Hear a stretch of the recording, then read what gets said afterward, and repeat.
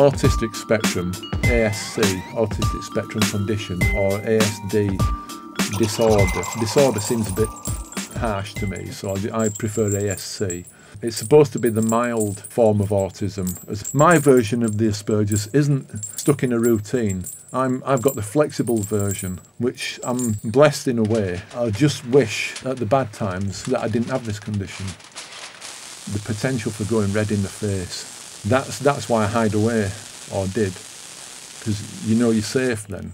And another part of the Asperger's or the autism, crowds and irritation of being around people, the shyness thing. People, that irritates me when people say, "Oh, you'll grow out of it," because it's alive for me. This job, it's probably ideal for me. It tests me out, but it gives me the flexibility. It's not a 9-to-5 job, 40 hours a week. I do the walks as and when required. The original plan was individual walks and nobody walking for more than, say, 8 weeks, and then they move on to something else. And one's done more than 100. Another one reaches 100 on Wednesday.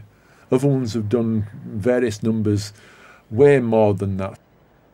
Before this walk, I was more isolated than a lot of the people that I've been walking with. And they're out and about more than me. But you can't let on. Nobody knows that I'm struggling. Before I was doing this, I was just do the shopping and back. The other side of town was like a strange place to me. Still feels uncomfortable that I'm the one making decisions, because you feel, I hope I'm not upsetting anybody by making this decision. Sometimes with the walkers there, it releases the pressure. So in a joking sort of a way, I can say to them, "Well, we'll go in if it goes wrong." Well, yeah, so what? That's my way of talking now. That's also developed in a relaxed way. Turned out that I became a serial photograph taker now, because in just short of 2 years, 15,500 photos.